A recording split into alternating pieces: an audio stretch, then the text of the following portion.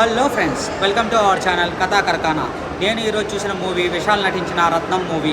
ఈ మూవీ అయితే మీరు అసలు చూడకండి థియేటర్లో కానీ ఓటీటీలో కానీ, ఎందుకంటే ఈ మూవీలో డైరెక్షన్ బాగోలేదు, మ్యూజిక్ బాగోలేదు, అసలు స్టోరీ అయితే ఏదో కొంత బాగానే ఉంది, స్క్రీన్ ప్లే బాగోలేదు. ఈ మూవీ మీరు time waste and money waste and చాలా వేస్ట్ ఈ మూవీ చూడడం వలన.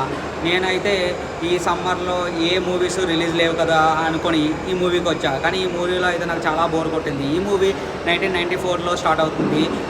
ఈ మూవీలో ఉన్న యాక్ట్ చేసిన లైక్ డైరెక్షన్ డిపార్ట్మెంట్ కానీ సినిమాటోగ్రఫీ కానీ అన్నీ ఓల్డ్ అండ్ అవుట్డేటెడ్.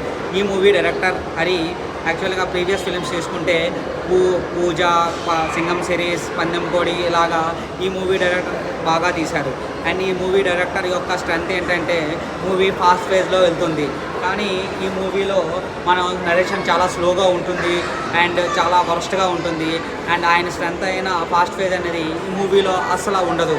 కనుక ఈ మూవీలో హీరోయిన్కి రోల్ అయితే చాలా ఇంపార్టెన్స్ ఉంటుంది, కానీ మిగతావన్నీ చాలా వేస్ట్. చాలా ఓల్డ్ మ్యూజిక్ ఇచ్చారు.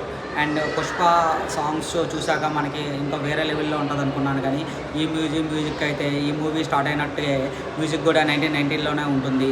అండ్ ఈ మూవీలో ఒక సాంగ్ ఉంటుంది, చెబుతున్నా ఎందుకని.